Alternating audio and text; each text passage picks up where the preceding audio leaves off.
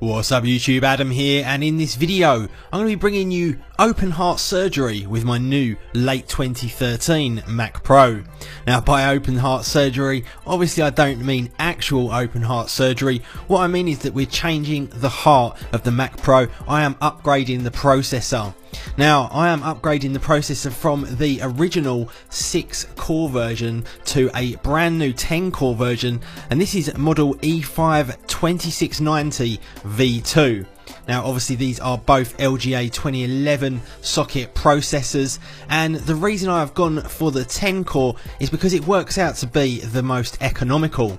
Now this particular processor comes in at around £1,500 or $2,000 in the US, and the equivalent 12 core processor is significantly more expensive than that, and if you buy it from Apple themselves it's even more expensive than that. So this seemed to be the most efficient choice. Now with this you get the same clock speed as the 8 core, so you get a good 3 GHz clock speed. You also get the same amount of cache on the 8 core, which is 25 megabytes, slightly less than the 30 megabytes on the 12 core version. But in addition to the 8 core you also get an extra 2 cores, obviously bringing it up to that 10 core total.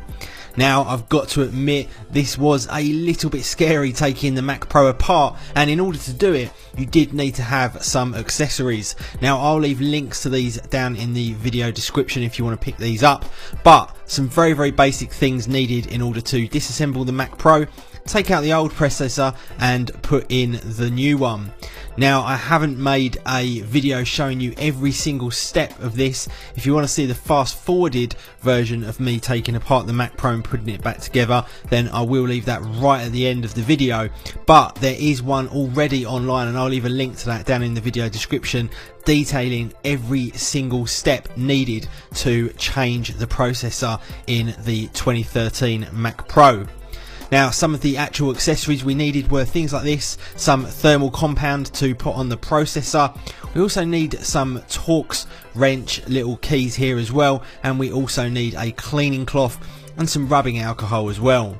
Now into the actual benchmarks themselves, and we'll start off with the original benchmark on my 6-core version. So I'm going to run Geekbench here. You can see the 6 cores with hyperthreading there in the graph, and we'll just let this run, fast forward it for just a second and take a look at the results.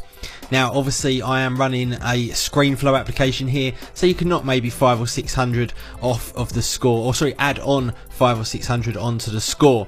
So we can see there we had nearly 20,000 on the 6-core Mac Pro on the multi-core score, and if we go on to the new one on the 10-core Intel processor, we've got almost the same single core speed at 3,153, but almost 30,000 on the multi-core score, which is absolutely phenomenal, an increase of 50% over the 6-core version.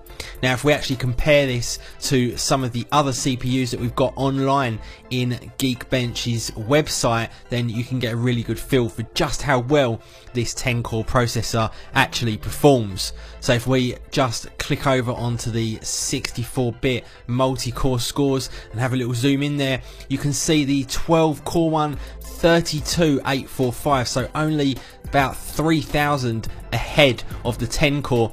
We beat both of the 2012 Mac Pros, the old style 12-core Mac Pros, and the 8-core 2013 Mac Pro comes in at 25,621, so a 20% increase on that as well. Anyway guys, thank you very much for watching this video. Please do hit that like button, and I will see you all in the next one. See ya.